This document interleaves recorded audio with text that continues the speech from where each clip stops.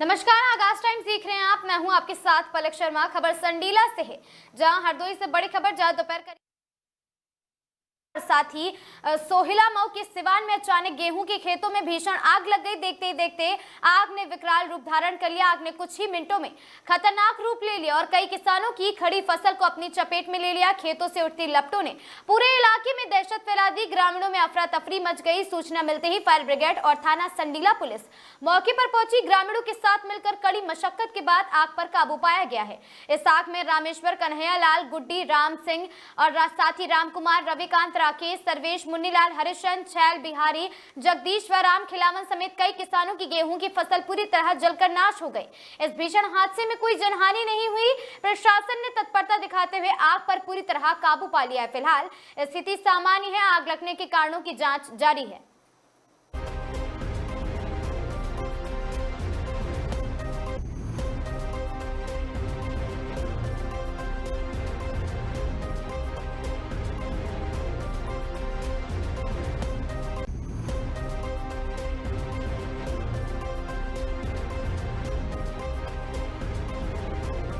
लापरवाही के तालाब में डूबी जिंदगी, युवक की मौत, परिजनों में मचा कोहराम। आगरा थाना एकता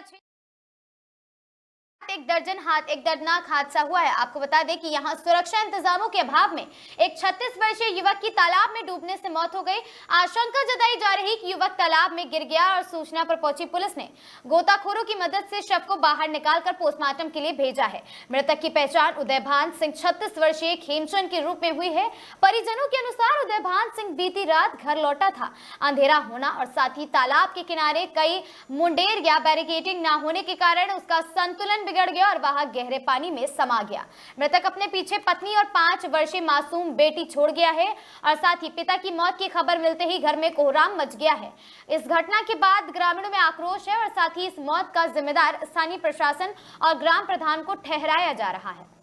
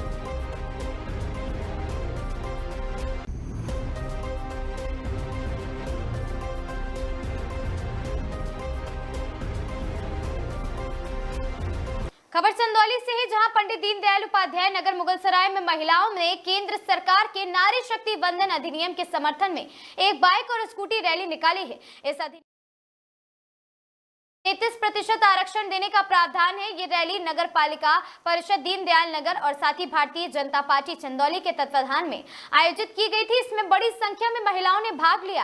रैली गुरुद्वारा से शुरू होकर चकिया तिराहे पर समाप्त हुई है। राज्यसभा सांसद साधना सिंह ने इस अवसर पर कहा है कि ये कानून देश की महिलाओं को राजनीति में मजबूत भागीदारी प्रदान करेगा और उन्होंने ये इस बात पर जोर दिया है कि सामान्य परिवारों की महिलाओं का संसद तक पहुंचना गर्व का विषय है और उन्होंने इस विधेयक को पूर्ण समर्थन किया है। भाजपा नेता किरण शर्मा ने बताया कि यह रैली 33% महिला आरक्षण के समर्थन में आयोजित की गई है। उन्होंने कहा कि यह विधेयक महिलाओं के जीवन में बड़ा बदलाव लाएगा। उन्होंने पिछली सरकारों पर टिप्पणी करते हुए कहा कि पहले केवल इस विषय पर चर्चा होती थी, लेकिन अब ये सपना साकार हो रहा। इस अवसर पर जिलाध्यक्ष काशीनाथ सिंह, राणा सिंह, मालती गुप्ता सहित कई प्रमुख लोग उपस्थित रहे।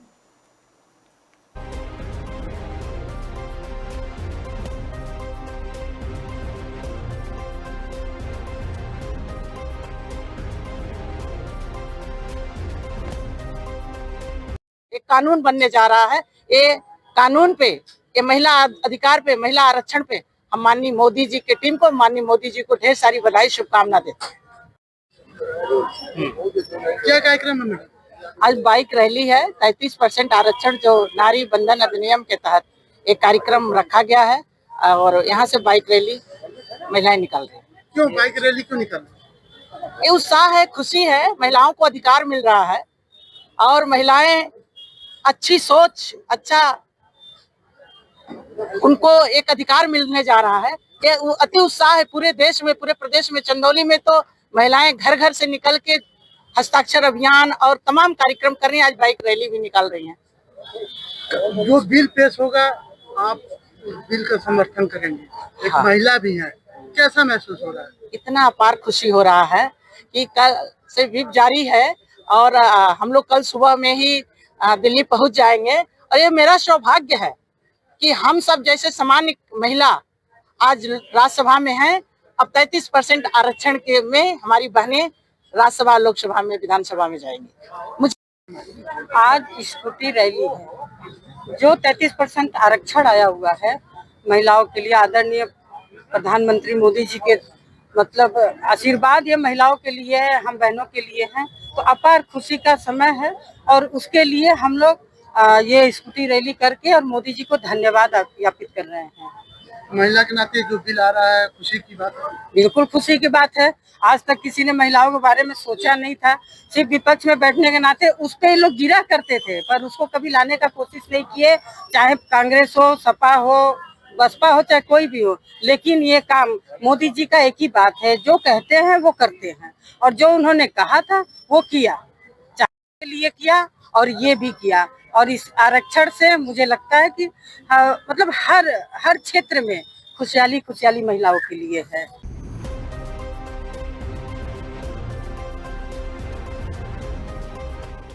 हरदोई में अपराध और अवैध शस्त्र के खिलाफ चलाए जा रहे अभियान के तहत पुलिस को बड़ी सफलता मिली है। थाना बेहटा गोकुल पुलिस ने एक शातिर अभियुक्त को अवैध तमंचा और पुलिस अधीक्षक हरदोई के निर्देशन में जनपद में अवैध शस्त्रों की निर्माण, बिक्री और साथ ही परिवहन के खिलाफ अभियान चलाया जा रहा। इसी क्रम में 15 अप्रैल 2026 को थाना बेहटा गोकुल पुलिस ने मुखबिर की सूचना पर कार्रवाई करते हुए अजय पुत्र जोगेश्वर निवासी ग्राम सुजीपुर को गिरफ्तार किया है। पुलिस ने अभियुक्त के पास से एक अवैध तमंचा, 315 बोर और एक जिंदा कारतूस बरामद किया। गिरफ्तार अभियुक्त पर पहले से कई आपराधिक मुकदमे दर्ज हैं, जिन्हें आर्म्स एक्ट और साथ ही चोरी से जुड़े मामले में शामिल है।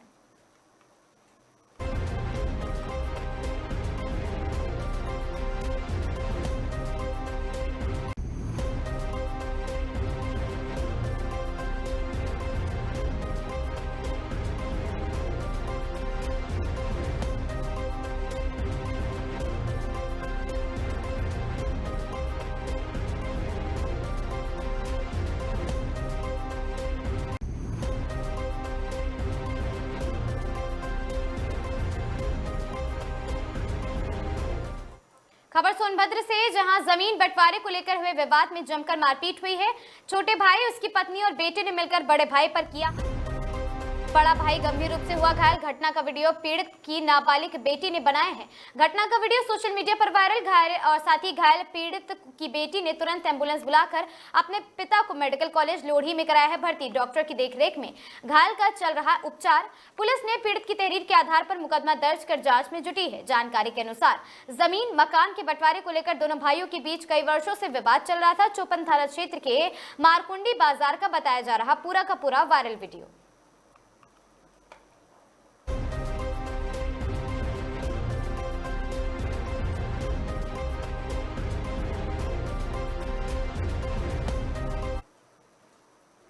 पुलिस अधीक्षक महोदय अमरोहा श्री लखन सिंह यादव के निर्देशन में श्रीमान अपर पुलिस अधीक्षक महोदय अखिलेश भदौरिया के निकट पर्यवेक्षण व श्रीमान क्षेत्र अधिकारी नगर सर्किल महोदय श्री अभिषेक कुमार यादव व श्रीमान प्रभारी निरीक्षक महोदय श्री जितेंद्र कुमार के कुशल नेतृत्व में थाना डिडौली पुलिस द्वारा एक नफर रिकवरी वारंटी अभियुक्त ब्रजपाल पुत्र धर्मा निवासी ग्राम हरिपुर मिलक थाना एचोड़ा कंबोह जनपद संभल उम्र करीब 62 वर्ष से संबंधित मुकदमा नंबर 101/2023 अपराध संख्या 2/2003 धारा 399/402/307 भादवी चालानी थाना डेडौली जनपद अमरोहा संबंधित माननीय न्यायालय CJMA अमरोहा में गिरफ्तार किया गया है।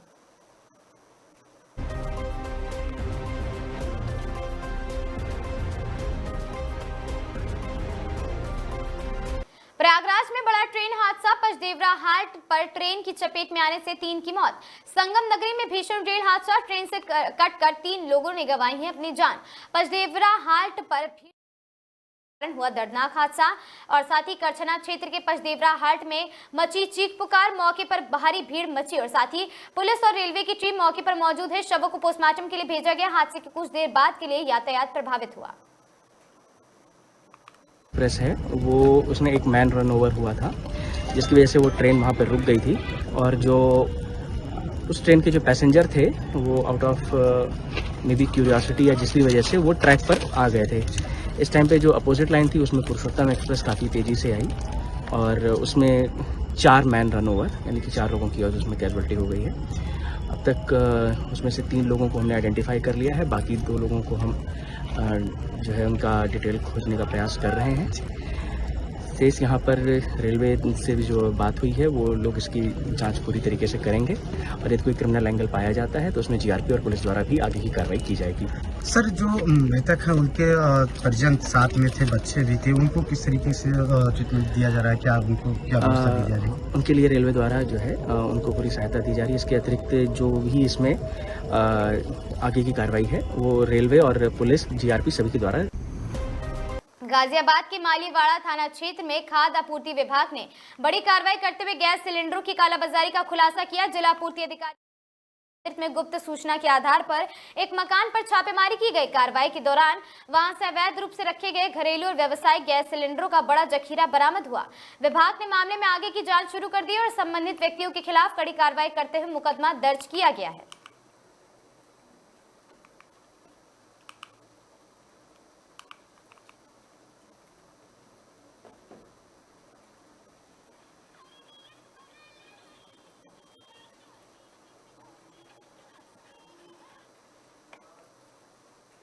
सिद्धार्थनगर के बासी तहसील क्षेत्र के हरैया गांव में कंबाइन मशीन में लगी भीषण आग। गेहूं की कटाई के दौरान इंजन से निकली चिंगारी ने लिया विकराल रूप, फैली अफरा तफरी। चालक की सूझबूझ से जलती मशीन को पोखरे में उतारकर आग पर काबू पाया गया और साथ ही समय रहते कार्रवाई से सैकड़ों बीघा गेहूं की फसल जलने से बची है। ग्रामीणों की सराहना और साथ ही घटना में कोई हताहत नहीं।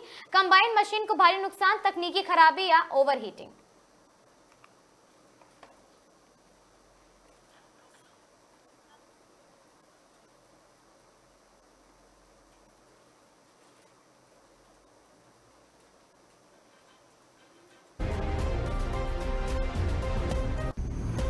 कानपुर के जामताड़ा में ड्रोन से की गई बड़ी कार्रवाई के बाद पुलिस ने गांजा तस्करों के खिलाफ अभियान जारी किया। सचेंडी थाना के सचेंडी कस्बे में गांजा तस्करों पर पुलिस का ड्रोन से हवाई हमला हुआ है।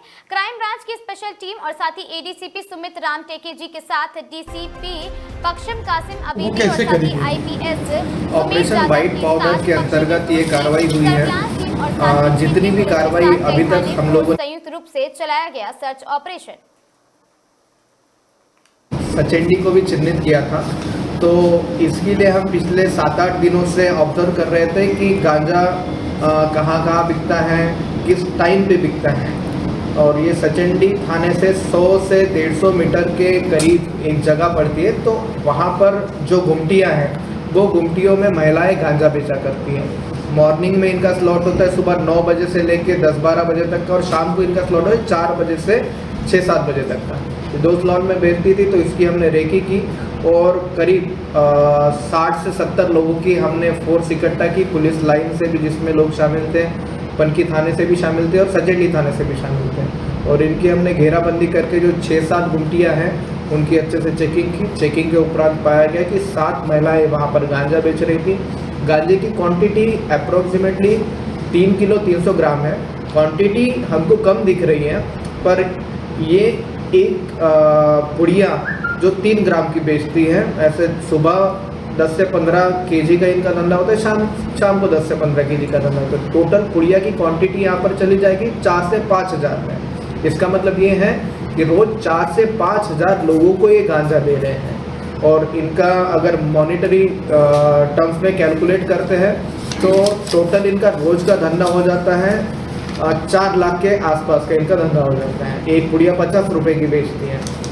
तो इसीलिए ये कार्रवाई ज़रूरी थी और हमने इस कार्रवाई के अंतर्गत 7 लोगों को गिरफ्तार। सर कितने सर ये लोग कहाँ से माल लाते थे थोक में और कैसे ये लोग व्यापार करते थे? अभी तक जितनी पूछताछ की गई है तो माल मोस्टली एमपी से आता था। एमपी के 1-2 लोगों के नाम बताए गए हैं, उनको हमने चिन्हित कर लिया है और उनके ऊपर आगे हम कार्रवाई करेंगे। क्या आपने उस क्षेत्र में ड्रोन की भी हेल्प ली थी?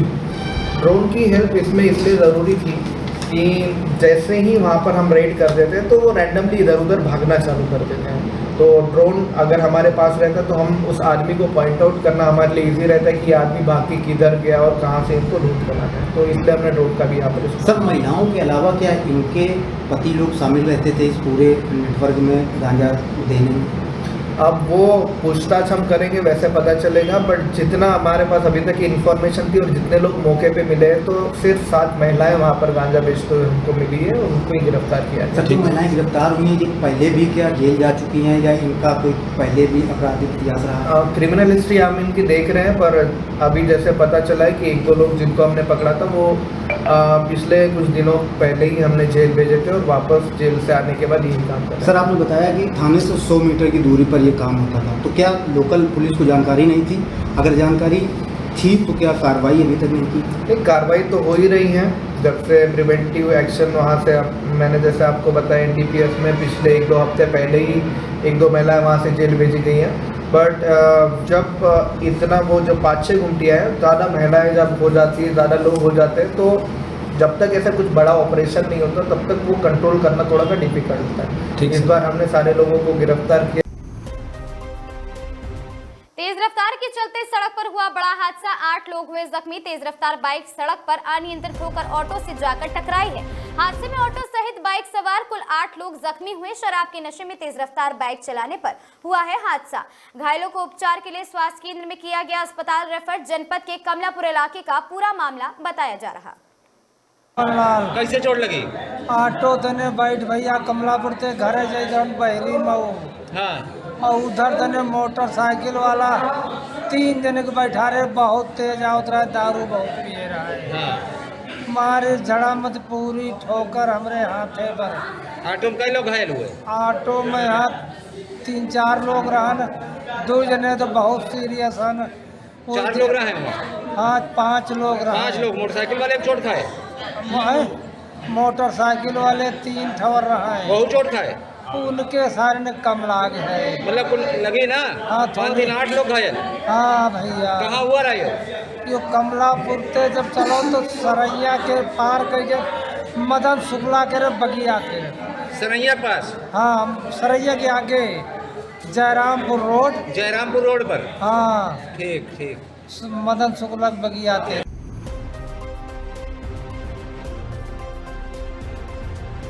त्रिभुवन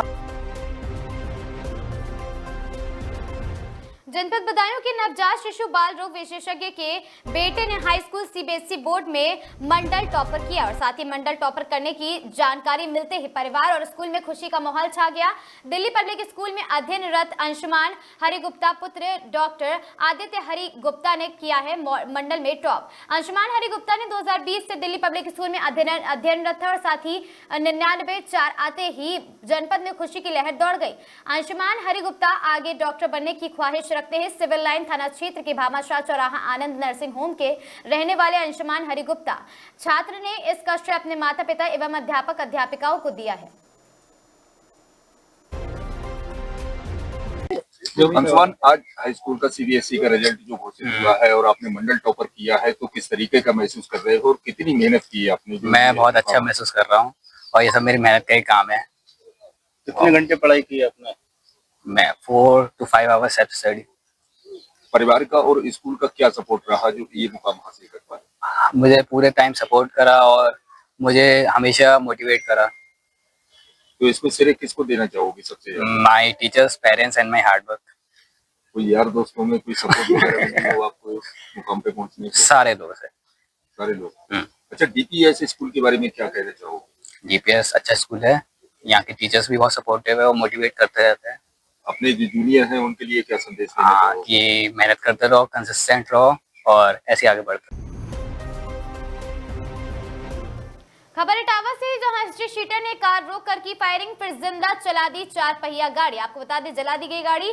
हिस्ट्री शीटर की दबंगई से क्षेत्र में फैली दहशत। पुराने विवाद में आरोपी सूरज उर्फ भोना का कहर।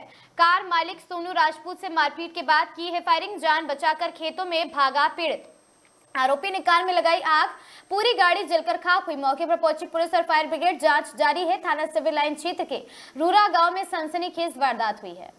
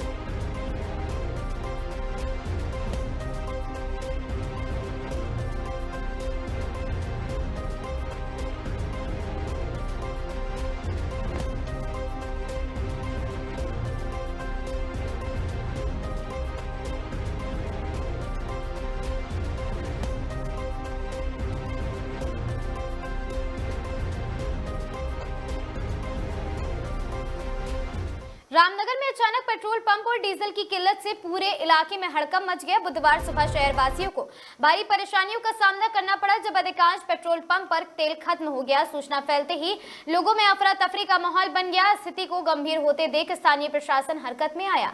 रामनगर में पेट्रोल और डीजल की अचानक कमी से जनजीवन प्रभावित हो गया। शहर के ज्यादातर पेट्रोल पंपों पर तेल खत्म हो गया, जबकि जहां ईंधन उपलब्ध था वहां लंबी कतारें लग गई। स्थिति बिगड़ते देख पूर्ति निरीक्षक कमल तिवारी मौके पर पहुंचे और हालात का जायजा लिया है। उन्होंने जानकारी देते हुए बताया कि कल सरकारी अवकाश होने के कारण कई स्थानों पर तेल के टैंकर समय पर नहीं पहुंच सके हैं, जिससे कुछ पेट्रोल पंपों पर आपूर्ति बाधित हो गई है। उन्होंने बताया कि अभी सभी पेट्रोल पंपों का निरीक्षण कर लिया गया और पर्याप्त मात्रा में पेट्रोल डीजल उपलब्ध करा दिया गया है।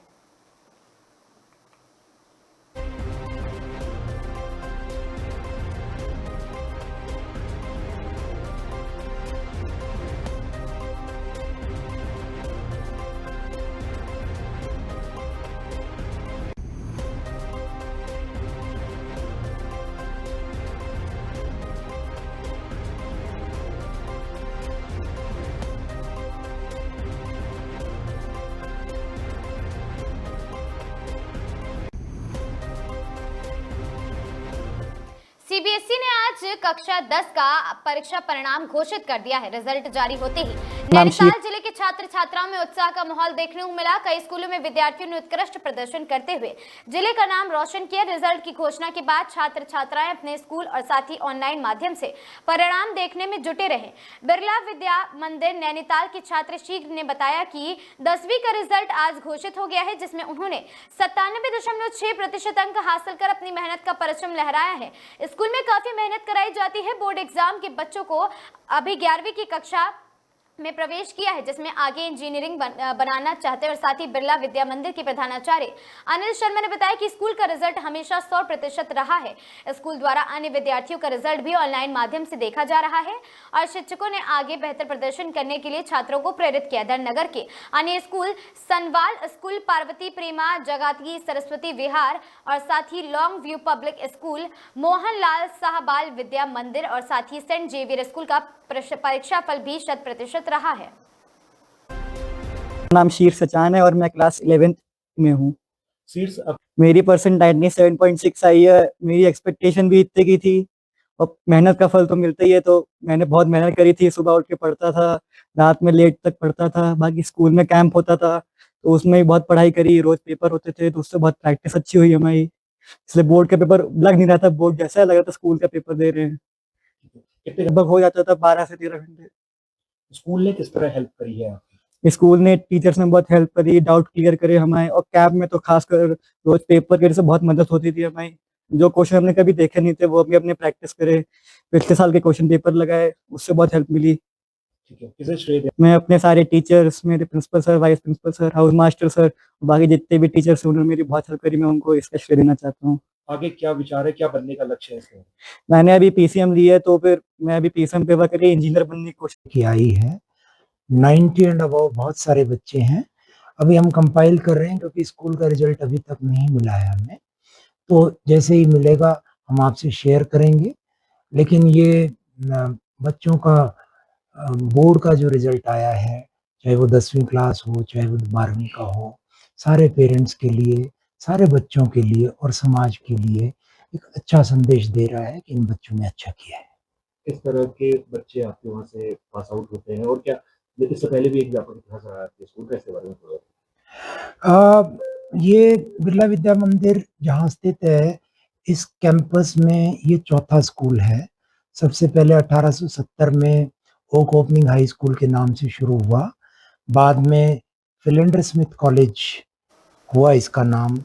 फिर रामनगर में बढ़ते डॉग बाइट के मामले में अब चिंता का विषय बनते जा रहे हैं। एक तरफ नगर पालिका इन मामलों को नियंत्रित करने के दावे कर रही है। रामनगर शहर में लगातार बढ़ रहे डॉग बाइट के मामले ने आम लोगों की चिंता बढ़ा दी है। नगर पालिका के ईओ आलोक उनियाल का कहना है कि इन मामले को कम करने के लिए लगातार प्रयास किया जा रहा है। उनके अनुसार करीब 5 महीने पहले नगर पालिका द्वारा लगभग 1500 स्ट्रीट डॉग्स को चिन्हित कर उन्हें एंटी रेबीज के इंजेक्शन लगाए गए थे।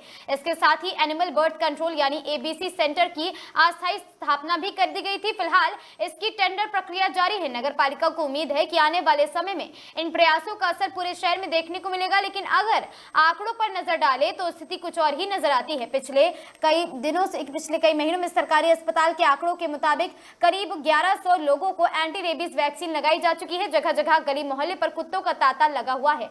ऐसे में एक बड़ा सवाल खड़ा होता है कि नगर पालिका के प्रयास नाकाफी साबित हो रहे हैं।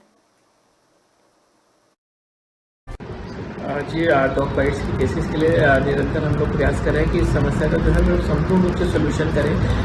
डॉग्स के सबसे पहले अभी हम लोगों ने अराउंड 5 मंथ्स पहले हम लोगों ने समस्त एक सर्वे किया था जिसमें लगभग 1500 कुत्ते हमारे यहाँ पे स्ट्रे डॉग्स जो हमारे शहर में निकल के आए थे, उन सभी का हम लोगों ने एंटी रेबीज़ के थ्रू एक हल्द्वानी से कंपनी सिलेक्ट हुई थी और उनको एंटी रेबीज़ के इंजेक्शन लगाए गए थे।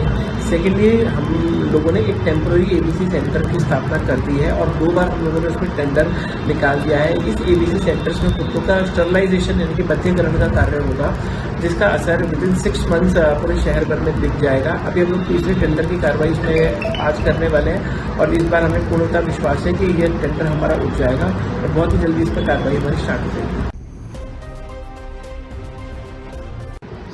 जी, डॉग बाइट्स की केसेस के लिए निरंतर हम लोग प्रयास कर रहे हैं कि इस समस्या का जो है वो संपूर्ण रूप से सोल्यूशन करें। डॉग्स के सबसे पहले अभी हम लोगों ने अराउंड 5 मंथ्स पहले हम लोगों ने समस्त एक सर्वे किया था, जिसमें लगभग 1500 कुत्ते हमारे यहाँ पे स्ट्रे डॉग्स जो हमारे शहर में निकल के आए थे, उन सभी का हम लोगों ने एंटी रेबीज़ के थ्रू एक हल्द्वानी से कंपनी सिलेक्ट की थी और उनको एंटी रेबीज़ के इंजेक्शन लगाए गए थे। सेकेंडली हम लोगों ने एक टेम्प्रोरी ABC सेंटर की स्थापना कर दी है और 2 बार हम लोगों ने उसमें टेंडर निकाल दिया है। इस ABC सेंटर्स में कुत्तों का स्टरलाइजेशन यानी कि बद्धीकरण का कार्य होगा, जिसका असर विदिन 6 मंथ्स पूरे शहर भर में दिख जाएगा। अभी हम लोग तीसरे टेंडर की कार्रवाई इसमें आज करने वाले हैं और इस बार हमें पूर्णतः विश्वास है कि ये टेंडर हमारा उठ जाएगा और बहुत ही जल्दी इस पर कार्रवाई हमारी स्टार्ट हो जाएगी।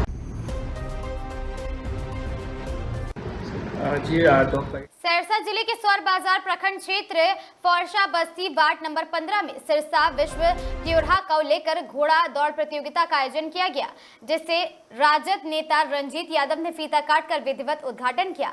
उसके बाद झंडा दिखाकर घोड़ा रेस को प्रारंभ किया गया। प्रतियोगिता में बड़ी संख्या में दर्शक शामिल हुए। धीमी गति की दौड़ में खगड़िया जिला के परबत्ता गांव निवासी प्रथम रहे, जबकि पहला स्थान प्राप्त किया। प्रतियोगिता का आयोजन पिछले 50 वर्षों से किया जा रहा घोड़ा दौड़ प्रतियोगिता में घुड़सवारों ने दिखाया कुशलता और नरेश कुमार यादव मेला समिति द्वारा मंगलवार को घोड़ा दौड़ प्रतियोगिता का आयोजन किया गया, जिसे देखने के लिए बड़ी संख्या में लोगों की भारी भीड़ लग गई। प्रतियोगिता में घोड़ों की रफ्तार और साथ ही घुड़सवारों की कुशलता देखने लायक थी। मेजा पूजा समिति के द्वारा बीते करीब 5 दशकों से घोड़ा दौड़ प्रतियोगिता का आयोजन किया जा रहा है। इस मौके पर संतोष यादव, सुभाष यादव, डॉक्टर ब्रजेश यादव और प्रभात यादव, फुलेंद्र यादव और साथ ही रिंकू पौदार, लूतन यादव आदि लोग सभी अन्य गणमान्य उपस्थित रहे हैं मौके पर।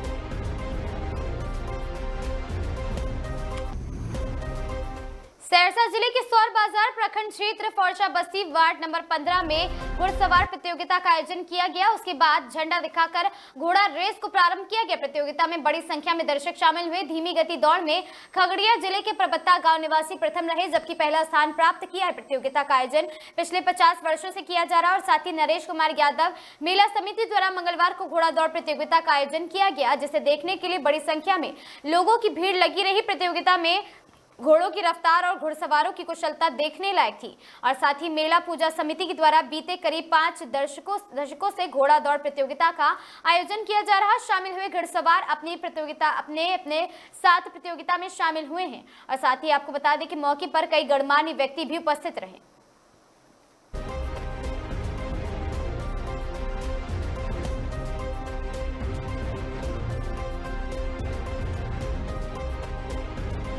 मुझे पता चला कि बिहार में 1 नंबर में मुजफ्फरपुर और 2 नंबर में फौरसा का नाम आया घोड़ा रेस में। इसके लिए हम चूँकि इस विधानसभा का जनप्रतिनिधि हैं, हमें गर्व है कि फौरसा पूरे बिहार में और इस घोड़ा रेस में 2 नंबर में आया है। इसलिए तमाम आयोजक, मेला कमेटी एवं फौरसा गाँव एवं आसपास आए तमाम लोगों को बहुत बहुत बधाई देते हैं।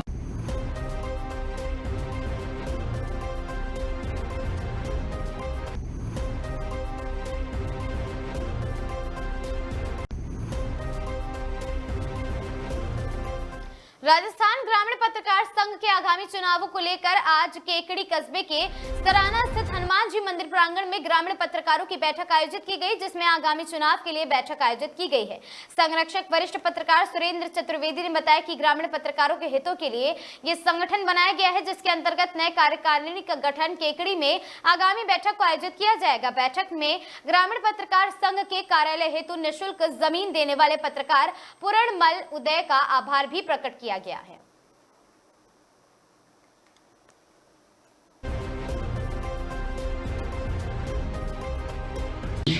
हर बार अपन इकट्ठे होते हैं, लेकिन पत्रकारों के पास में शहर में जाएं, एसडीएम कार्यालय जाएं, उपखंड कार्यालय पे जाएं, तो अपने पत्रकारों के लिए कोई बैठने की जगह ही नहीं मिलती है। तो इसलिए हमारा संवाद का कार्यक्रम हुआ था।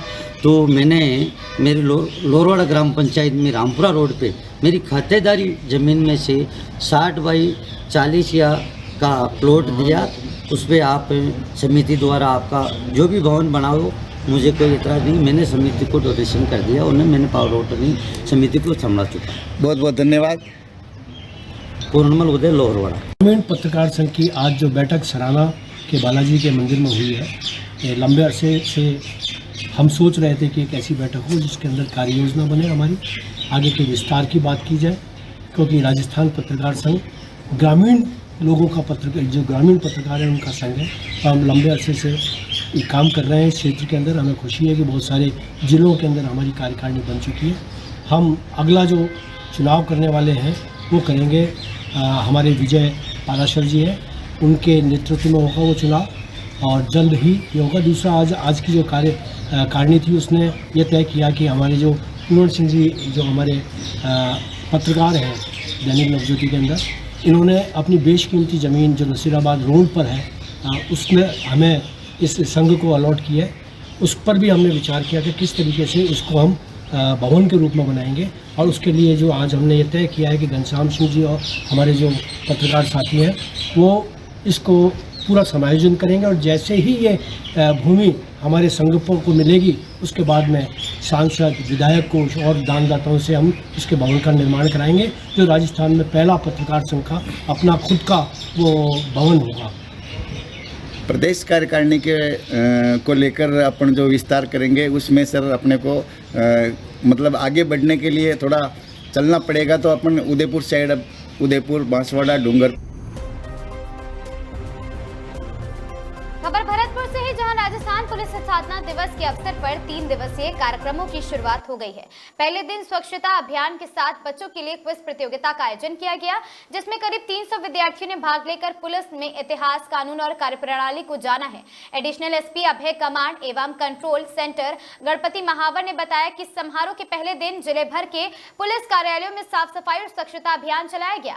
इसी क्रम में बीडीए ऑडिटोरियम में विशेष कार्यक्रम आयोजित किया गया, जिसमें शहर के करीब 10 से 12 स्कूलों के लगभग 300 विद्यार्थियों ने भाग लिया। कार्यक्रम के दौरान विद्यार्थियों के लिए क्विज प्रतियोगिता का आयोजन किया गया, जिसमें उन्होंने राजस्थान पुलिस के इतिहास, नवीन आपराधिक कानूनों और पुलिस द्वारा किए गए नवाचारों से जुड़ी जानकारी दी है। प्रतियोगिता में उत्कृष्ट प्रदर्शन करने वाले विद्यार्थियों में प्रथम, द्वितीय और तृतीय स्थान प्राप्त करने वालों को पुरस्कृत किया जाएगा। इसके अलावा 5 अन्य बच्चों को भी सांत्वना पुरस्कार दिया जाएगा और साथ ही वहीं विजेता विद्यार्थियों को राजस्थान पुलिस की ओर से प्रोत्साहन और सम्मान स्वरूप नगद पुरस्कार भी प्रदान किए जाएंगे।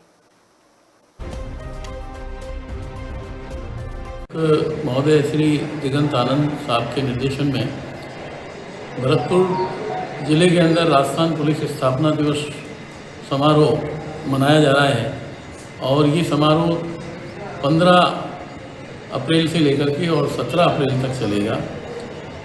कल आज 15 तारीख है, 15 तारीख को सभी कार्यालयों में साफ सफाई और स्वच्छता अभियान चलाया गया है और यहाँ पर इस बीडीए ऑडिटोरियम के अंदर भरतपुर शहर के लगभग 10-12 स्कूलों के 300 बच्चे यहाँ पर उपस्थित हुए हैं, जिन्हें राजस्थान पुलिस स्थापना दिवस समारोह के अवसर पर क्विज प्रतियोगिता में यहाँ पर प्रतिभागी के रूप में उपस्थित होना है और राजस्थान पुलिस के इतिहास, राजस्थान पुलिस के नवीन आपराधिक कानून और राजस्थान पुलिस के द्वारा जो जो नवाचार किए जा रहे हैं, आम जन में विश्वास और अपराधियों में डर, ध्येय वाक्य को लेकर के राजस्थान पुलिस के द्वारा जो भी कार्य किए जा रहे हैं उनके बारे में बच्चों को बताया जाएगा और बच्चों से इस संबंध में क्विज प्रतियोगिता में विभिन्न प्रकार के प्रश्न पूछे जाएंगे।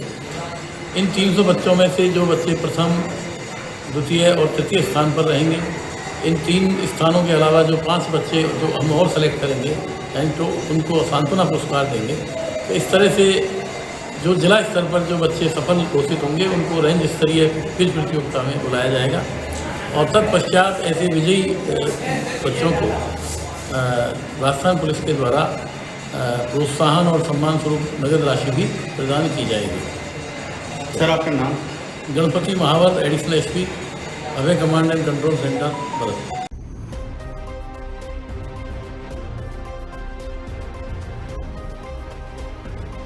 अलवर शहर के अग्रसेन पुलिया क्षेत्र में गौवंश के अवशेष मिलने के बाद उत्पन्न हुआ तनाव कम होने का नाम नहीं ले रहा।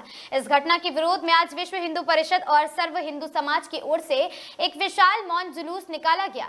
ये जुलूस प्रताप ऑडिटोरियम से शुरू होकर मिनी सचिवालय तक पहुंचा है। मौन जुलूस में बड़ी संख्या में हिंदू संगठनों के कार्यकर्ता, स्थानीय लोग शामिल हुए। प्रदर्शनकारी हाथों में बड़े बैनर और स्लोगन लिखी तख्तियां थामे हुए थे।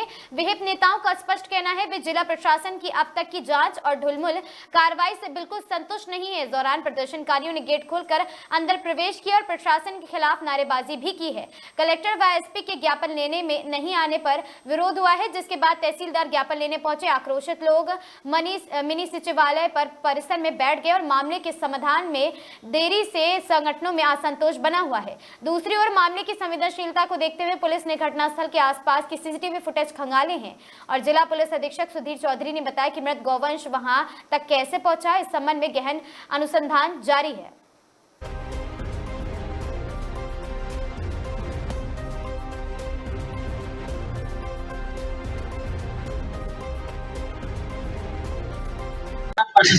लगभग एक सप्ताह हुआ अग्रसेन सर्किल पर ये मदरसे के पास जो वो माता का अवशेष मिले उसमें पुलिस ने कार्रवाई अब तक नहीं की है।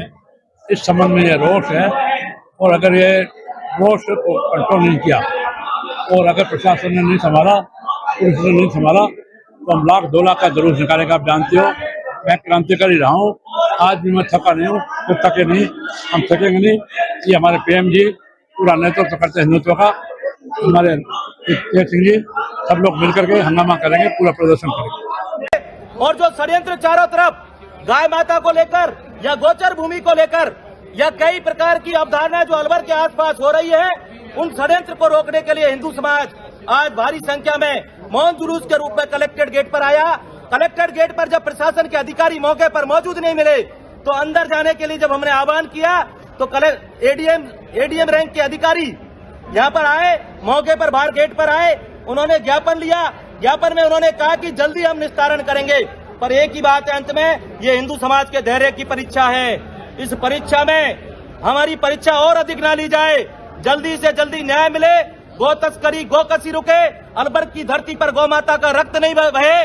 गौ मंडी जो पहले किशनगढ़ में पकड़ी, एक रामगढ़ में पकड़ी, वापस से गौ कसी के अड्डे विकसित हो रहे हैं, उन पर पूर्ण रोक लगे, नहीं तो ये हिंदू समाज सड़कों पर उतरेगा। आपकी जानकारी में कहां पर गौ कसी के अड्डे चल रहे हैं, बता? खैरतल के आसपास अभी सूचना आई है, मौके पर पहुंच करके वहां कार्रवाई करेंगे।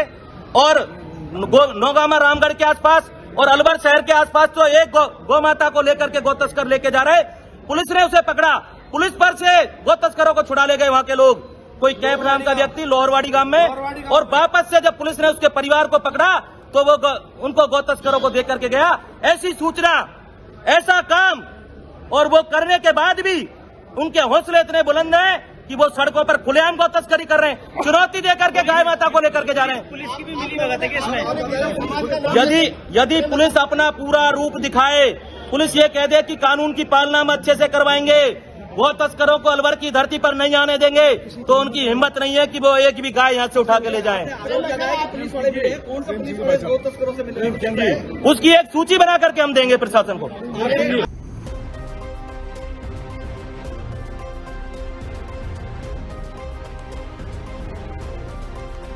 खबर राजस्थान से, जहां भंवरगढ़ ग्राम पंचायत में मनरेगा फर्जीवाड़ा और साथ ही आज आएगी जांच रिपोर्ट। ग्राम पंचायत भंवरगढ़ में महात्मा गांधी मनरेगा योजना के तहत लाखों रुपए की गबन और फर्जीवाड़े का मामला गरमाता जा रहा। प्रधानमंत्री आवास योजना के लाभार्थियों के हक पर डाका डालने के आरोपों के बाद प्रशासन हरकत में आया। इस पूरे प्रकरण की विस्तृत जाँच के लिए गठित कर 4 दिवसीय टीम आज अपनी रिपोर्ट विकास अधिकारी हर्ष महावर को सौंपेगी। भंवरगढ़ ग्राम पंचायत के कार्मिकों पर गंभीर आरोप है कि उन्होंने प्रधानमंत्री आवास योजना के लाभार्थियों को मिलने वाली मनरेगा मजदूरी की राशि बड़ी बड़े स्तर पर हेरफेर की है और नियमानुसार प्रत्येक पीएम आवास लाभार्थी को उनके मकान निर्माण के दौरान सहायता स्वरूप मनरेगा के तहत 90 दिवस की अतिरिक्त मजदूरी दी जाती है। पंचायत कार्मिकों ने कथित तौर पर फर्जी मस्ट्रोल भरकर ये अन्य तरीकों से राशि को लाभार्थी तक पहुंचने के बजाय खुद हड़प लिया है।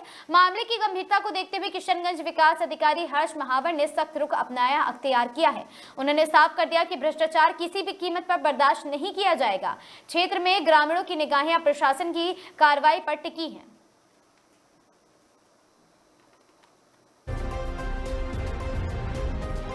ये जो मस्ट्रोल में घोटाला हुआ है किस प्रकार से हुआ है और लगभग कितने ऐसे आवास हैं आप जो जांच कर रहे हो?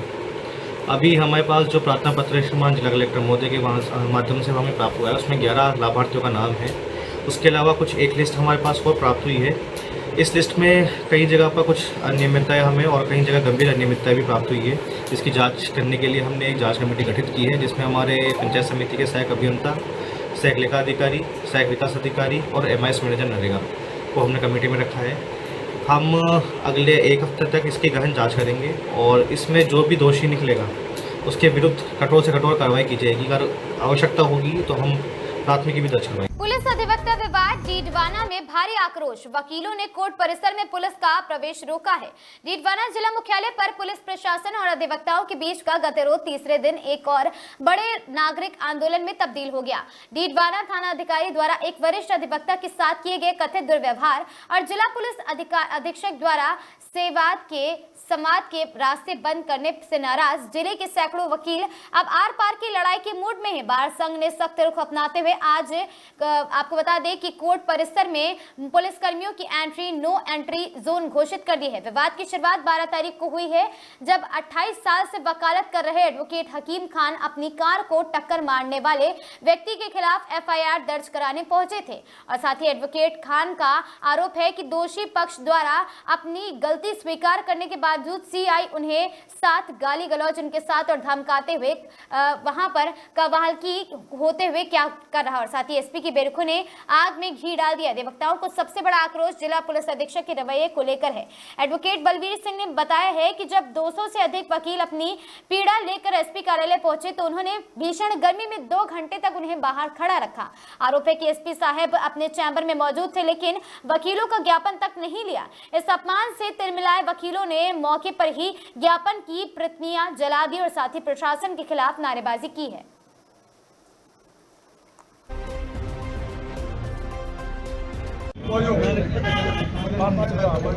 ये आज का जो धरना प्रदर्शन है मुख्य रूप से डीडवाना थाने के CI के खिलाफ है जिसने हमारे साथी अधिवक्ता श्री हकीम खान के साथ में इस प्रकार से दुर्व्यवहार किया कि आप कल्पना नहीं कर सकते। उन्हें गाली गलौज की और कहा कि तुमको भी अंदर कर दूंगा।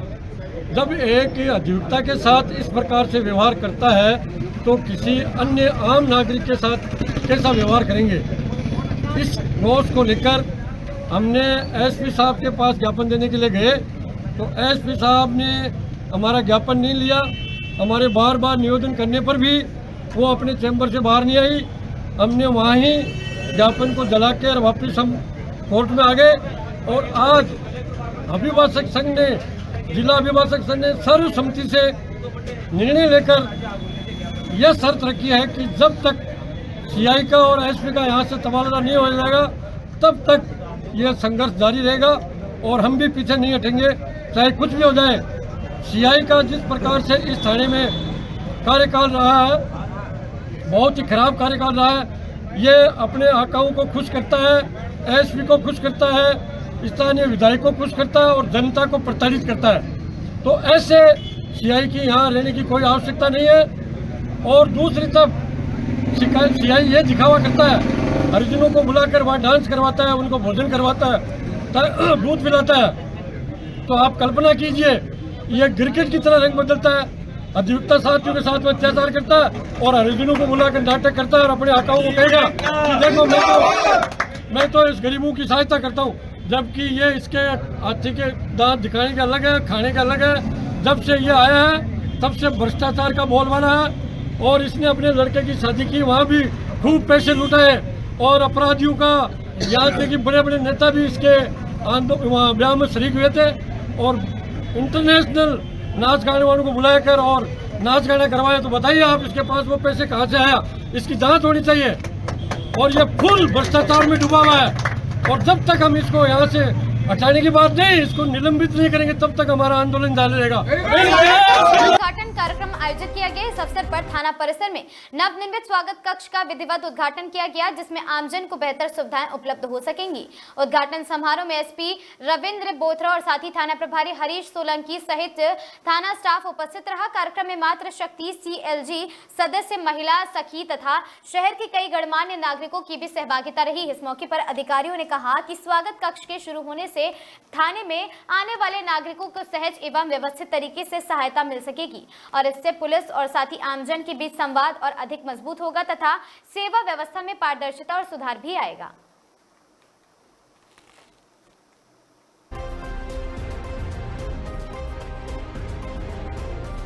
जो स्वागत है उसकी जो फॉर्मल इनॉग्रेशन हो रहा है, उसमें जितने भी जो CLG मेंबर्स है और जो मौजूद लोग हैं जो उपस्थित हुए, उन सभी को हमने जो है राजकोप सिटीजन ऐप को डाउनलोड करवाया है। इस राजकोप सिटीजन ऐप में बहुत सारे फंक्शन है। डाउनलोड करने के बाद उनको कैसे काम में लेना है, हमने सभी से आह्वान किया है। CLG मेंबर्स है वो अपने और मिलने वालों को, और आप भी जो मीडिया बंधु बता रहे हैं, सभी के मोबाइल में राजकोप सिटीजन ऐप हो और उसमें जो राजस्थान पुलिस के जो हेल्प के रूप में जो फंक्शंस है उनको अधिकाधिक उपयोग किया जाए। इस बात को अधिकाधिक लोगों तक फैलाया कि राजकोप सिटीजन ऐप को डाउनलोड किया जाए।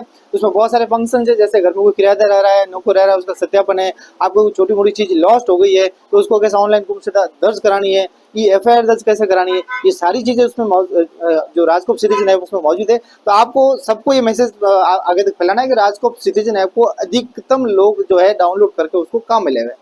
धन्यवाद। थाना सूरसागर की ये स्वागत डेस्क पहले से बनी हुई थी। इसका श्रीमान DGP साहब के निर्देशानुसार इसका फॉर्मल उद्घाटन किया गया है और फॉर्मल उद्घाटन CLG मेंबर्स जो महिला है उनके द्वारा करवाया गया है। ये जो स्वागत डेस्क बनाया गया है कि इसका ये तात्पर्य है कि जो भी परिवादी आवे आराम से इनकी बात बैठे सुने, और राजकोप सिटीजन भी इनको डाउनलोड करवाए गए हैं और राजकोप सिटीजन के माध्यम से भी अपनी कंप्लेन को दर्ज करवा सकते हैं। यहाँ पे सभी प्रकार की सुविधाएं रखी गई है। यहाँ पे ड्यूटी ऑफिसर्स, वायरलेस ऑपरेटर्स और जो ऑपरेटर्स है जो इनकी परिवार दर्ज करेगा वो भी यहीं बैठेगा, अथवा परिवार दर्ज करते ही उनको रिसिप्ट भी दी जाएगी, उसके मोबाइल पे मैसेज तुरंत पहुँच जाएगा। किसी की मतलब शिकायत के लिए उसको इधर उधर घूमने की कहीं जरूरत नहीं है। सभी को ये बताया गया है कि वो सीधा ही छोटी बड़ी या किसी प्रकार की भी कंप्लेन हो वो स्वागत डेस्क पे आके अपनी कंप्लेन को दर्ज करवा सकता है। यहाँ पे उनके लिए उचित माहौल भी बनाया गया है, चाहे महिला या बड़े बुजुर्ग कोई भी रिपोर्ट देने आ सकते हैं। सबके लिए बैठने की व्यवस्था है, पानी पीने की व्यवस्था है और कुर्सी टेबल लगी हुई है, आराम से बैठ सकते हैं सोच समझ के अपनी रिपोर्ट को। श्री अखिल भारतीय माहेश्वरी सेवा सदन पुष्कर में नवनिर्मित भवन कृष्ण भवन का लोकार्पण बुधवार को समारोह पूर्वक किया गया। श्री राम जन्मभूमि तीर्थ क्षेत्र न्याय अयोध्या के कोषाध्यक्ष राष्ट्रीय संत गोविंद देव गिरी महाराज ने 57 आधुनिक और साथ ही सुविधा युक्त कमरों व AC हॉल का लोकार्पण किया है। सेवा सदन के अध्यक्ष राम कुमार भूतरा ने बताया है कि कार्यक्रम की शुरुआत संत गोविंद देव गिरी महाराज के स्वागत से हुई है और संत गोविंद देव गिरी महाराज ने आशीर्वाचन दिए हैं। सुबह 11:15 पर निर्मित कृष्ण भवन का लोकार्पण भामद शाह का सम्मान किया गया। लोकार्पण कार्यक्रम संपन्न होने के बाद आपसी कहासुनी से दो गुटों में झड़प हो गई। देखते ही देखते कार्यक्रम स्थल पर लात घूंसे चलने लगे और अफरा तफरी मच गई। सूचना पर थाना अधिकारी विक्रम राठौर और साथ ही पुलिस बल के साथ वे मौके पर पहुंचे हैं।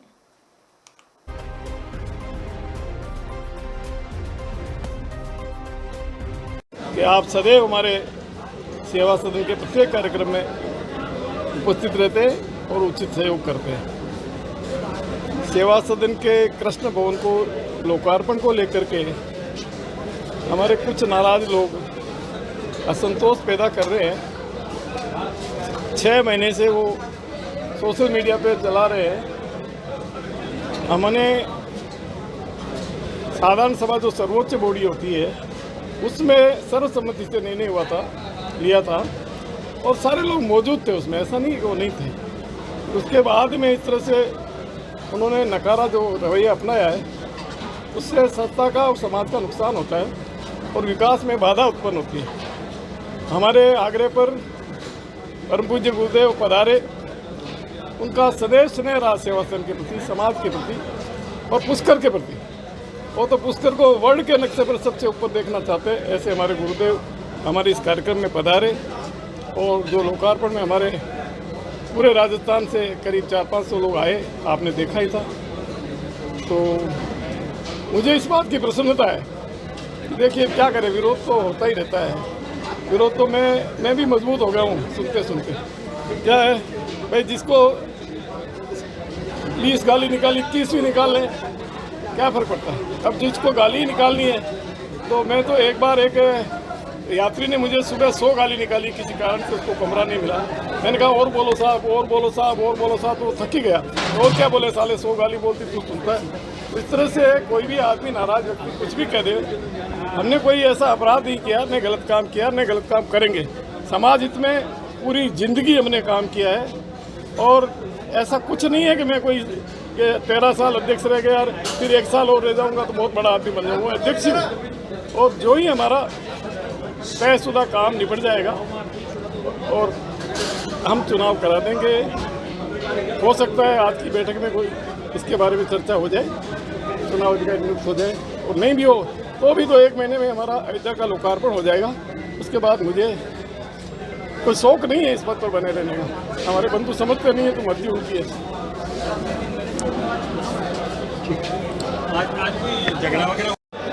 ऐसा है, आज हमारे पुष्कर के अंदर, सेवा सदन के अंदर नवनिर्मित कृष्ण भवन का उद्घाटन अपने परम आदरणीय स्वामी जी गोविंद देव गिरी जी के हाथों हुआ। हम लोगों का क्या है कि हिसाब से सेवा सदन की जो समयावधि होती है वो पूरी हो चुकी है 9 दिसंबर 2025 को। हम लोगों का ये कहना था कि भाई जब चुनाव की तिथि खत्म हो गई, भाई आपका कार्यकाल अपना खत्म हो गया, मैं भी पदाधिकारी हूँ, तो हम उसमें से 7 पदाधिकारियों ने पहले इस्तीफा ही दे दिया। इस्तीफा तो मान लो हमारा स्वीकार नहीं हुआ है। हम लोगों की ये राय थी कि भाई आप पहले जब तक ये अपने नए चुनाव हो जाए, जो नए लोग आए ना, तो वो लोग इसका उद्घाटन करावे। इसमें और कोई खास बात नहीं थी। लेकिन इन लोगों ने क्या है कि अपने हिसाब से अभी तक मान लो चुनाव नहीं करे। अब उनके इससे ऐसी मंशा है कि यहाँ का प्रकरण है, एक अयोध्या का प्रकरण है, तो उसमें काफ़ी भ्रष्टाचार की बू आ रही है। तो उन लोगों का ऐसा विचार है कि हम तो वहाँ भ्रष्टाचार हो चाहे कुछ भी हो, यहाँ का उद्घाटन भी करेंगे और वहाँ का भी करेंगे। तो हमारा देखो परम पूजनीय गोविंद देव जी तो वो तो हमारे परम आदरणीय है, लेकिन जो हमारा विरोध था वो हमारे वर्तमान अध्यक्ष और उनके जो साथी है, जो बचे हुए साथी, क्यों 7 तो हम निकल गए, फिर 15 में से 7 हम निकल चुके हैं, 8 बचे हैं, उनके साथ था। तो हमारा विरोध केवल शांतिपूर्ण और एकदम ये सांकेतिक था कि हमें कुछ नहीं करना है, शांत रहना है, केवल भाई परम पूज्य गुरु जी का आदर करना है, माल्यार्पण करना है और केवल एक ज्ञापन देना है उनको, अध्यक्ष जी को और महाराज जी को, भाई ये काम है, ये जो भी हो रहे हैं सब काम गलत हो रहे हैं।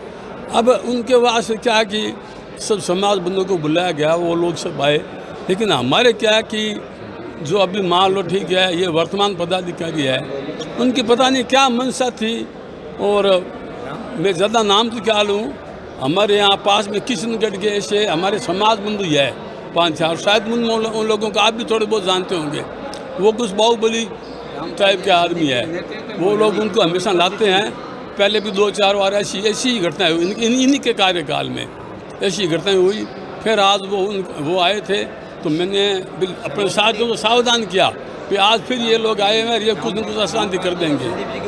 तो और ये अब ये समझो कि ऐसे कार्यकाल जो हमारे देश के पूर्व अध्यक्ष है भी संदीप जी काबरा, वो भूतपूर्व सभापति जी है रामपाल जी सोनी, और इसके अलावा और भी मान लो जो साथी है, उनकी उपस्थिति में जो हमारे देश के भी सर्वोच्च पदाधिकारी है, उनकी उपस्थिति में ऐसे काम होना और या ऐसे काम प्रायोजित करके करवाना, हम तो इसकी पूरी भर्त्सना करते हैं। मेरे साथ भी मारपीट हुई। हमारे जोधपुर के हैं कमल जी चांडक, जो पिछले कार्यकाल आज से 9 साल पहले इसी सदन में कोषाध्यक्ष थे, उन्होंने अपने समय का हिसाब नहीं दिया, अब भी नहीं दिया, और ये जो अभी जो अयोध्या कांड हमारे समाज में चल रहा है उसको अपना एक कांड लिखेंगे, इसको एक प्रकरण नहीं बोल रहा, मैं कांड बोल रहा हूँ आपके सामने। तो उस अयोध्या कांड के अंदर भी सबसे मूल जो है उस अयोध्या कांड की जड़ समझ लो, भ्रष्टाचार की जड़ समझ लो। हमारी इस भवन में सबसे बड़ी जड़ ये श्रीमान कमलजीत सांडे की है। उन्होंने मेरे साथ काफ़ी मारपीट की, मैं नीचे भी गिर गया, फिर लातों से मारा, मैं शांति से बैठ गया। मेरी एज 75 है, मैं आपको ये भी बता दूँ, ठीक है, मैं आपको थोड़ा देखते मैं थोड़ा छोटा लगता हूँ, लेकिन मेरी एज 75 है। मैं उनकी मार खाने के बाद दूसरी जगह आराम से बैठ गया पट्टी पे। फिर वापस कमल जी आए 5-7 साथियों को ले के, फिर मेरे को मारना शुरू कर दिया कि आप राम कुमार जी भुतरा को चोर बोलते हो। समाज के आदमी नहीं। तो इस हिसाब से ऐसा प्रकरण। मेरा नाम मुरलीधर जंवर, मैं नोखा का रहने वाले हूँ और मैं इस सद में वर्तमान में मंत्री पद हूँ। त्यागपत्र दे दिया है, त्यागपत्र हमारा स्वीकार नहीं हुआ है। और इससे पहले खबर कोटा से है, जहां राजस्थान पुलिस स्थापना दिवस की पूर्व संध्या पर कोटा की जवाहर नगर स्थित जिला केंद्र में पुलिस बैंड प्रदर्शन का भव्य कार्यक्रम आयोजित किया गया। कार्यक्रम में शहर पुलिस अधीक्षक तेजस्विनी गौतम के साथ एएसपी, डीएसपी और साथी थानाधिकारी मौजूद रहे। बड़ी संख्या में स्थानीय लोग और युवा वर्ग ने भी कार्यक्रम में भाग लिया। कार्यक्रम की शुरुआत वंदे मातरम की मधुर धुन के साथ हुई है, जिसके बाद पुलिस बैंड ने एक से बढ़कर एक शानदार प्रस्तुतियां देकर सभी का दिल जीत लिया। देशभक्ति गीतों, सुरों से माहौल देशभक्ति के रंग में रंगा नजर आया। इस दौरान पुलिस महिला विंग के बालिकाओं और साथी महिलाओं को आत्मरक्षा के दावे पेच सिखाए गए और उन्हें जागरूक भी किया गया। वहीं शहर एसपी तेजस्विनी गौतम ने मोबाइल लूटपाट सहित अन्य आपराधिक गतिविधियों से बचाव के लिए जरूरी सावधानियों की जानकारी दी। उन्होंने महिलाओं और बालिकाओं को किसी भी आपात स्थिति में कालिका पेट्रोलिंग यूनिट और साथी सहित हेल्पलाइन नंबरों का उपयोग करने की अपील की है।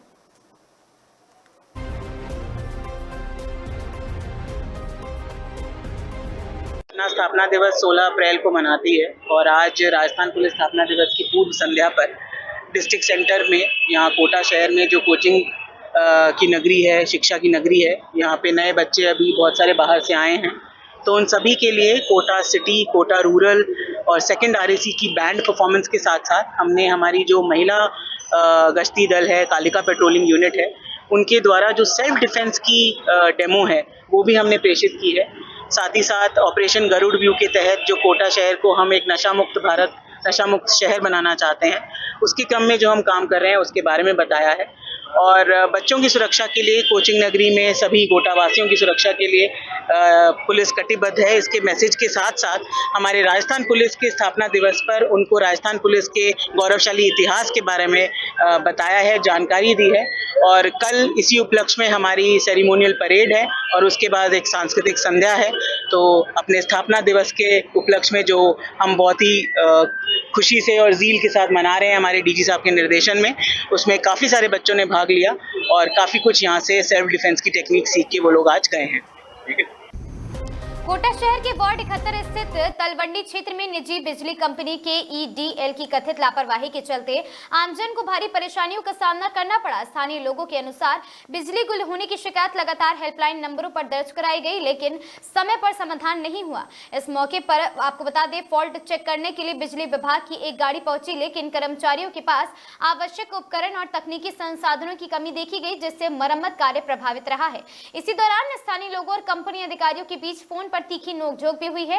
लोगों का आरोप है कि शिकायत के बावजूद ना तो पर्याप्त तकनीकी टीम मौके पर पहुंची और ना ही समय पर बिजली बहाल की गई। जब मीडिया ने जेईएन सुनील को फोन कर जानकारी जुटानी चाहिए तो हेल्पलाइन नंबर, कंप्लेंट नंबर मांगते देख और जब कहा गया कि मौके पर कर्मचारी मौजूद हैं पर उनके पास संसाधन नहीं है, जो व्यक्ति इस कार्य को देख रहे हैं वह सतकपुर के रहता है, जो मौके पर तक यहाँ नहीं पहुंच पाया।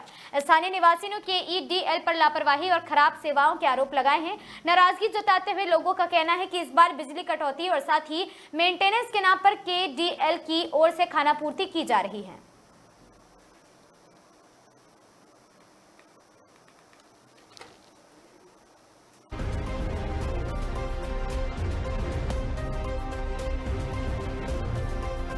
कोटा में स्लीपर बस के एक्सीडेंट में 3 लोगों की मौत हो गई। हादसे में 20 से ज्यादा पैसेंजर्स घायल हैं। यात्रियों का दावा है कि बस के फ्रंट मिरर पर किसी ने पत्थर मारा है, इसीलिए ड्राइवर ने कंट्रोल खो दिया।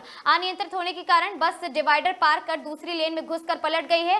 पलटने के कारण टूटे कांच वाले हिस्से से पैसेंजर्स बाहर सड़क पर दिखाई दिए हैं। पुलिस के अनुसार प्राइवेट कंपनी की बस अहमदाबाद से ग्वालियर भिंड की तरफ जा रही थी। बस में ज्यादातर सवारियां मध्य प्रदेश की थी। एक्सीडेंट में 35 से ज्यादा पैसेंजर्स घायल हुए हैं, जिन्हें कोटा के मेडिकल कॉलेज में हॉस्पिटल में एडमिट कराया गया। वहीं आपको बता दें कि टोले के कुचलने के कारण जिन 3 लोगों की मौत हुई है और उनमें से 2 की पहचान नहीं हो सकी। पुलिस के अनुसार जिन लोगों की हादसे में मौत हुई है वो ड्राइवर केबिन में बैठे थे। बस पलटते ही केबिन का फ्रंट मिरर टूटने से लोग सड़क पर गिर गए। बात की गई तो उन्होंने बताया है कि काफी देर तक बस में फंसे रहे। कई लोगों के पैर में गंभीर चोटें भी लगी हैं।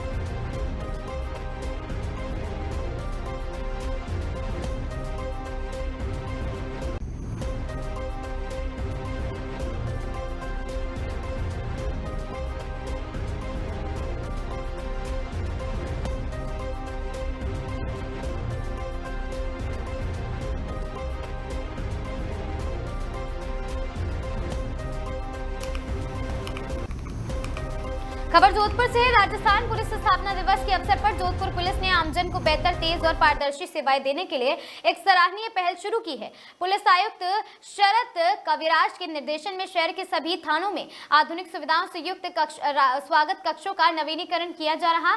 इस नई व्यवस्था के तहत स्वागत कक्षों को पूरी तरह डिजिटल बनाया जा रहा है, जहां कंप्यूटरीकृत सिस्टम, सीसीटीवी कैमरे और साथ ही सीसीटीएनएस से जोड़ा गया है। अब आम नागरिक सीधे थाने में ही अपनी शिकायत या एफआईआर ऑनलाइन दर्ज करवा सकेंगे और उससे तुरंत ई रिसिप्ट प्राप्त कर सकेंगे। इसके साथ ही आपको बता दें, राजकॉप सिटीजन ऐप के माध्यम से लोगों को बड़ी सुविधा दी गई है। इस ऐप के जरिए नागरिक घर बैठे शिकायत दर्ज करा सकते हैं, उनकी प्रगति ट्रैक कर सकते हैं और साथ ही जरूरत पड़ने पर आपातकालीन सहायता भी तुरंत प्राप्त कर सकते हैं। इस पहल से न केवल पुलिस कार्यप्रणाली में बल्कि पारदर्शिता आएगी, बल्कि आमजन का विश्वास भी और मजबूत होगा। साथ ही शहर की कानून व्यवस्था और सुरक्षा को भी और अधिक प्रभावी बनाया जा सकता है।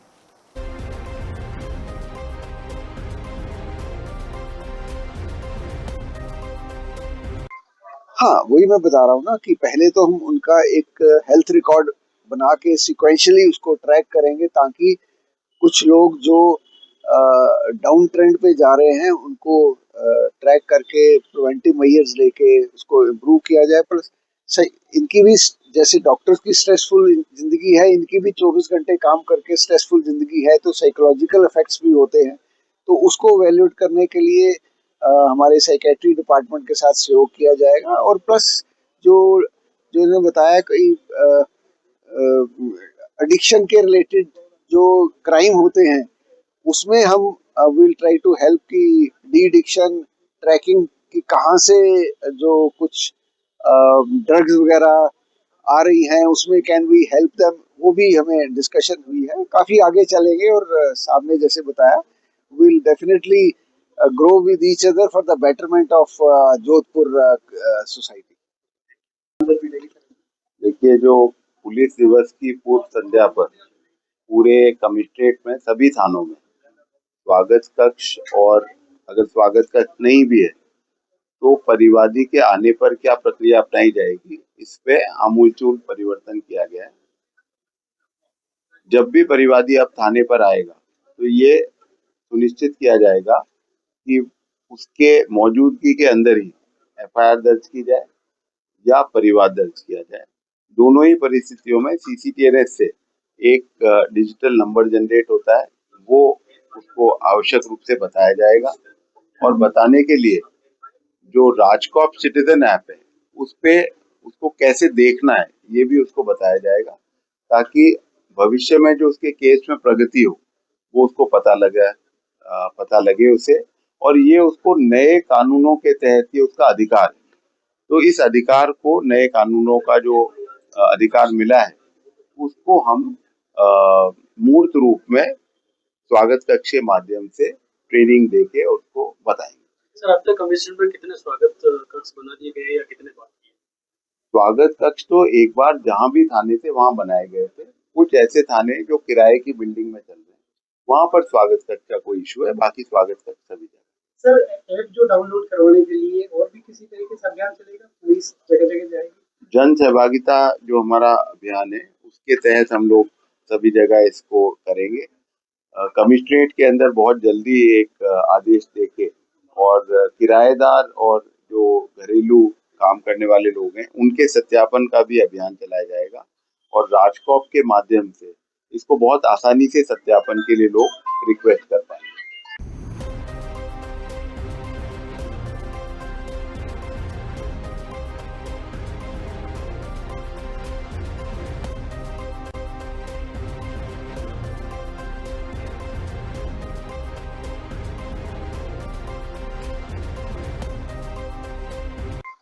हाँ, वही मैं बता रहा हूँ।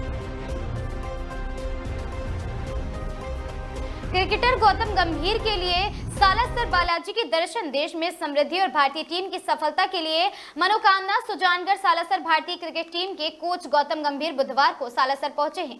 गंभीर ने बालाजी महाराज के दर्शन कर पूजा अर्चना की। उन्होंने देश व प्रदेश में खुशहाली और भारतीय टीम की सफलता के लिए मनोकामना की और साथ ही इस दौरान उन्होंने कहा कि उनकी बालाजी में बड़ी आस्था है। वो पहले भी सालासर आए थे, तब उन्होंने आशीर्वाद मांगा था तो भारतीय टीम ने वर्ल्ड कप जीता था। अब भी बालाजी के आशीर्वाद से भारतीय टीम अच्छा प्रदर्शन करती रहेगी। इस दौरान हनुमान सेवा समिति की पूर्व अध्यक्ष यशोदानंद पुजारी और साथी प्रदीप पुजारी, अजय पुजारी, निकेश पुजारी, अरविंद पुजारी, अमित पुजारी, थाना अधिकारी सुभाष बिश्नोई ने गंभीर बालाजी और साथी गंभीर को बालाजी मंदिर महाराज का दुपट्टा उड़ाकर व बालाजी महाराज की तस्वीर भेंट कर उनका स्वागत किया।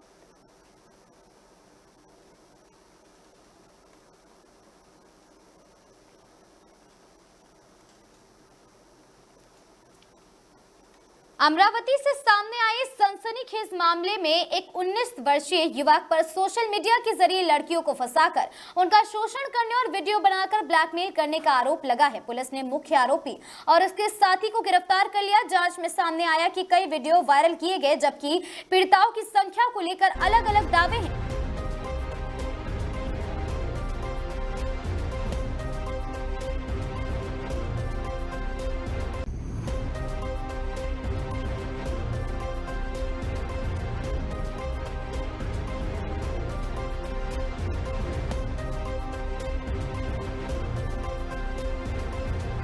सुजानगढ़ शहर के एनके लोहिया स्टेडियम में बुधवार रात स्टेडियम की 4 दीवारी निर्माण के उद्घाटन कार्यक्रम से लापरवाही का माहौल गर्मा गया। आपको बता दें कि अधूरी 4 दीवारी निर्माण कार्य और स्टेडियम में हुई भर्ती का लोकार्पण करने संबंधी शिलापट और भाजपा से चारू विधायक हरलाल सहारण को मुख्य अतिथि बनाए जाने और साथ ही शिलापट पर कांग्रेस के सुजानगढ़ विधायक मनोज मेघवाल का नाम अंकित होने से कांग्रेस कार्यकर्ता भड़क उठे।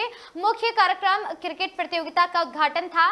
इससे पहले ही कांग्रेस कार्यकर्ताओं ने विरोध और प्रदर्शन शुरू कर दिया। अधूरे कार्य का उद्घाटन करने के प्रयास को नाजायज बताया गया। इस दौरान पुलिस प्रशासन की ओर से उप पुलिस अधीक्षक दर्जा राम बोस और साथ ही प्रशिक्षु आरपीएस विनोद कुमार ने प्रदर्शनकारियों से समझाइश काफी प्रयास किया, लेकिन प्रदर्शनकारी नहीं माने, जिस पर भाजपा नेता बाबूलाल कुलदीप ने कहा कि सभापति के सेवा काल पूरा होने के बाद कांग्रेस नेताओं ने काफी जगह पत्थर लगाए हैं। और साथ ही आपको बता दें, वहीं रात्रि करीब 8:30 बजे के बाद गणेश मंदिर के सामने वाले गेट पर भाजपा नेता हरलाल सहारण और साथ ही चूरू जिला खेल संघ के अध्यक्ष पराक्रम राठौड़ और साथ ही स्नेह मिलन रात्रिकालीन क्रिकेट प्रतियोगिता का उद्घाटन करने के लिए पहुंचे हैं।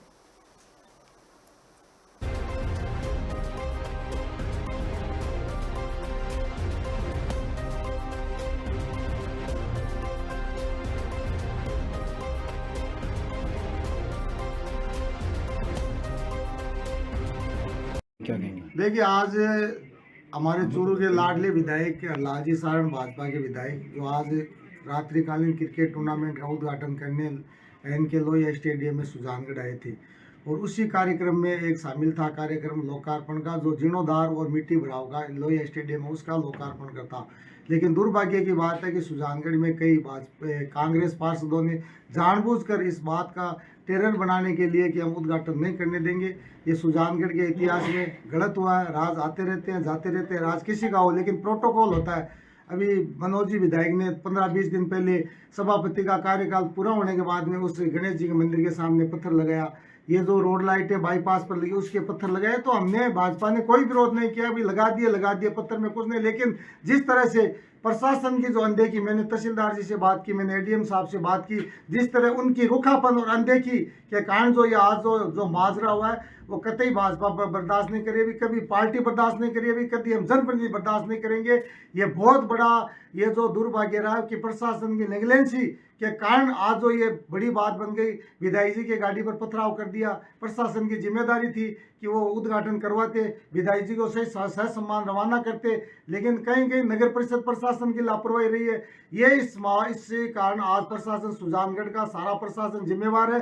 कल हम 11 बजे भाजपा कार्यालय में मीटिंग बुलाएंगे और कल शाम तक अगर एसपी साहब से मिलेंगे, आला नेताओं से बात करेंगे।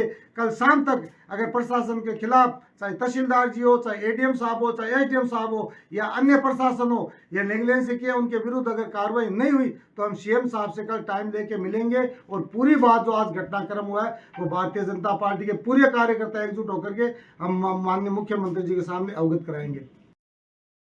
देखिए, मेरे सुजानगढ़ के जो खेल प्रेमी भाई जिन्होंने वर्षों से संघर्ष किया हुआ है इस स्टेडियम के लिए, हर जगह खेल के लिए, अब जाकर जब वो उन्होंने खेल का यहाँ पर आयोजन किया तो उनकी इच्छा हुई कि यहाँ पर हमारे जो आदरणीय हरलाल जी सारण हमारे चूरू विधायक हैं और हमारे जो पराक्रम जी जो ये जिला क्रिकेट एसोसिएशन के अध्यक्ष हैं, उनके द्वारा हम ये इस मैच का उद्घाटन करवाएं, क्योंकि वो उनको अपना आइडल मानते हैं। लेकिन बस इतनी सी बात कि यहाँ पर आकर उन भाइयों का साथ जिस तरह से हमारे लोगों ने दिया है, हम भाजपा सरकार ने दिया है, ये बात कांग्रेस वालों को खल गई। और सिर्फ इतनी सी बात पर आज उन्होंने अपनी ओछी हरकतें दिखाई है। हमेशा उन्होंने तकलीफ दी। वो कहाँ गए थे जब ये स्टेडियम पानी से डूबा हुआ था और ये खेल प्रेमी वहाँ पर चिल्ला चिल्ला कर कह रहे थे हमारे खेलने की जगह है, ये डूबा हुआ एक गंदा नाला बना हुआ है। कहाँ गए थे उस टाइम कांग्रेस वाले, मैं पूछती हूँ उनसे। लेकिन सिर्फ और सिर्फ इन्होंने यहाँ पर आज जो दिखाया है, ये यहाँ पर बंगाल बनाना चाहते हैं सुजानगढ़ को, लेकिन ऐसा हम कतई नहीं होने देंगे, क्योंकि ये हमारी भाजपा का राज है, भाजपा की सरकार है। इसलिए जो जो दोषी हैं उन सब के खिलाफ कार्रवाई की जाएगी। कांग्रेसियों का आरोप है कि बिना काम पूरा हुए 4 दीवारी के उद्घाटन का बोर्ड लगाया गया, लोकल विधायक का नाम नहीं लगाया गया, इसके चलते हमने विरोध किया। क्या कहेंगे? ये खेल आयोजन की तारीख तय थी 15 तारीख और उसके बाद यहाँ अंदर जहाँ पर खेलना है पूरी तरह से काम पूरा हुआ है।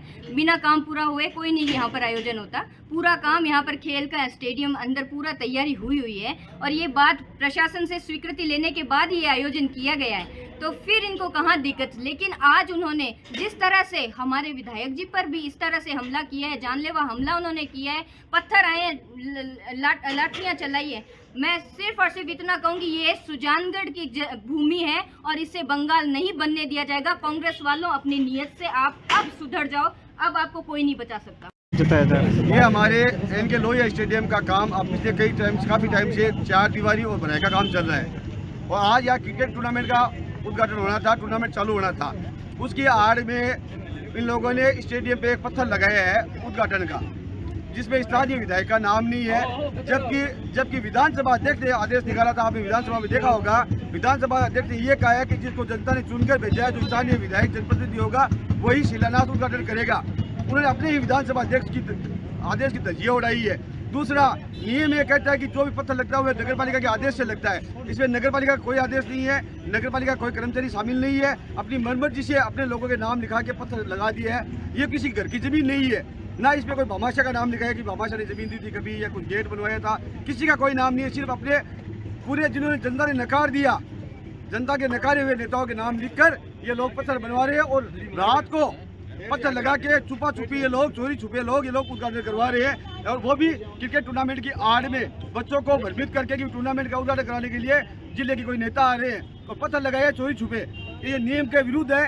नगर पालिका के आदेश की धज्जी उड़ाई जा रही है, विधानसभा अध्यक्ष की धज्जी उड़ाई जा रही है, स्थानीय विधायक का मनोज जी मेघवाल का और पूर्व सभापति उनका भी नाम नहीं है। जिस सभापति के आदेश ये काम निकला था, सभापति के आदेश ये काम हो रहा है, उनका भी नाम नहीं है। खाली अपनी जनता को अधिकार है नेता चुनने का। जब आज हमारे चूरू जिले की जनता ने हमारे सांसद राहुल कसवा जी को चुना है, विधायक मनोज जी मेघवाल साहब को चुना है, और उद्घाटन और शिलान्यास का अधिकार जनप्रतिनिधि को है। मुझे इस बोर्ड पे कोई जनप्रतिनिधि नहीं लगा। नगर परिषद कार्यकारी एजेंसी है, उनका कहना है हमारी तरफ से कोई यहाँ पे कोई उद्घाटन का कार्यक्रम नहीं है। दीवार का काम चल रहा है, नगर परिषद सुजानगढ़ द्वारा बनाया जा रहा है। अब समझ में नहीं आता इन लोगों को उद्घाटन करने का इतना ही शौक है तो अपनी अपनी नंबर प्लेटें बनाए, अपने व्यक्तिगत भूखंडों पे, प्लॉटों पे, मकानों पे लगाएं। आज आपने देखा होगा कोई जनप्रतिनिधि ऐसा नहीं है इसमें जो आज की तारीख में जनप्रतिनिधि और उद्घाटन करने का वो रखता हो। हमारे विधायक महोदय बैठे हैं, हमारे सांसद महोदय बैठे हैं, और इतना जल्दीबाजी में इनको चाहिए रातों रात की पत्थर लगाओ और उद्घाटन करो, कैंची फीता, ये अपने गाड़ी में रखने वाली बात है। विधानसभा में इतना मामला उठा है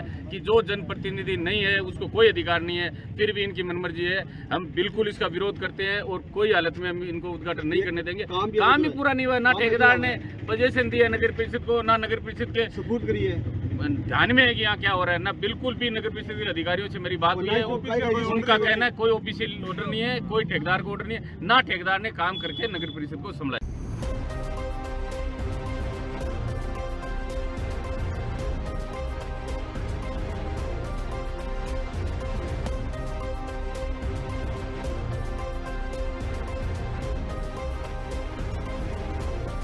बिहार राज्य में सम्राट चौधरी कुशवाहा के मुख्यमंत्री बनने पर निवाई बस स्टैंड पर माली सैनी समाज के देर रात जमकर आतिशबाजी की और साथ ही माली सैनी समाज के तहसील अध्यक्ष राम अवतार कुवाणिया ने मीडिया से बातचीत करते हुए कहा, माली सैनी समाज दोनों ही पार्टियों का हृदय से आभार व्यक्त करता है जिन्होंने समाज को समझा, प्रदेश के 3 राज्यों में पूर्व वर्तमान में सेवा करने का मौका दिया। भारत के यशस्वी प्रधानमंत्री नरेंद्र मोदी बिहार में सम्राट चौधरी कुशवाहा की मुख्यमंत्री की शपथ लेने पर राजस्थान प्रदेश में भारतवर्ष के माली सैनी समाज में खुशी जताई गई। इस दौरान नेवाई माली समाज व उपखंड क्षेत्र से आए लोग सैनी समाज के प्रबुद्ध नागरिक एवं युवाओं ने बस स्टैंड पर 101 किलो लड्डू से एक दूसरे का मुंह मीठा करवाया और साथ ही समाज का गौरव बढ़ाने वाले जनप्रतिनिधियों को पद ग्रहण करने पर बधाई दी। इस दौरान पूर्व परिषद रमेश सैनी, कालूराम सैनी, मूलचंद सैनी, सीताराम कटारा, पूर्व नगर पालिका उपाध्यक्ष दुर्गा लाल सैनी, गणेश सैनी, कन्हैया लाल सैनी, दीपू सैनी सहित समाज के सैकड़ों युवा व प्रबुद्ध नागरिक भी मौजूद रहे।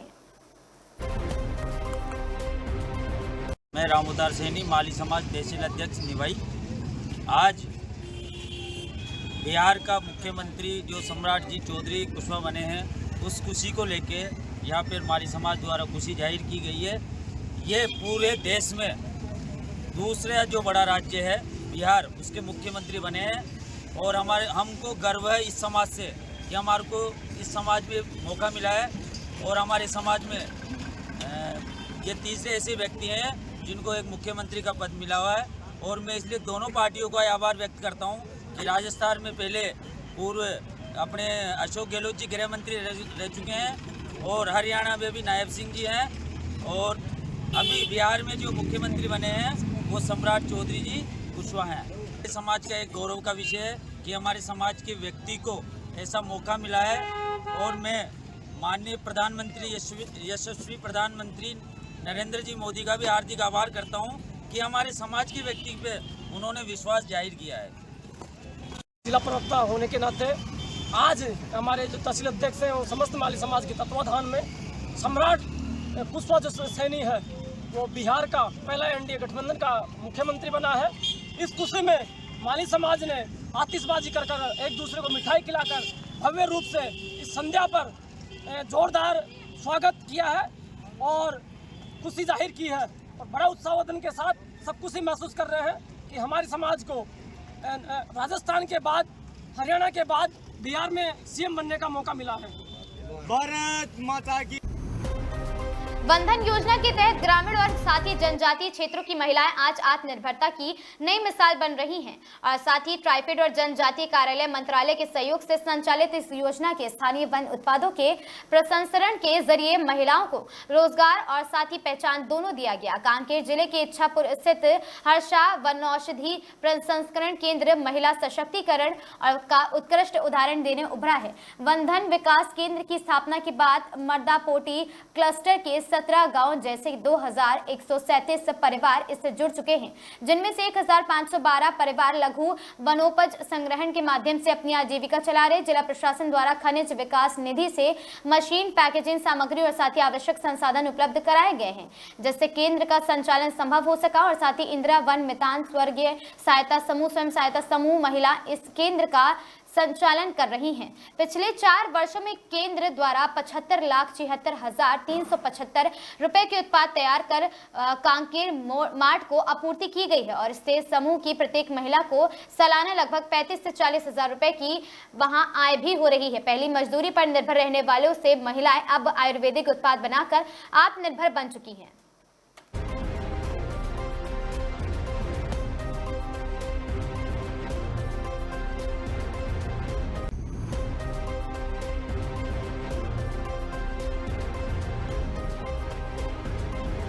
इन खबरों में आज के लिए बस इतना ही। ऐसी खबरों से लगातार जुड़े रहने के लिए बने रहें हमारे साथ और देखते रहें आगाज टाइम।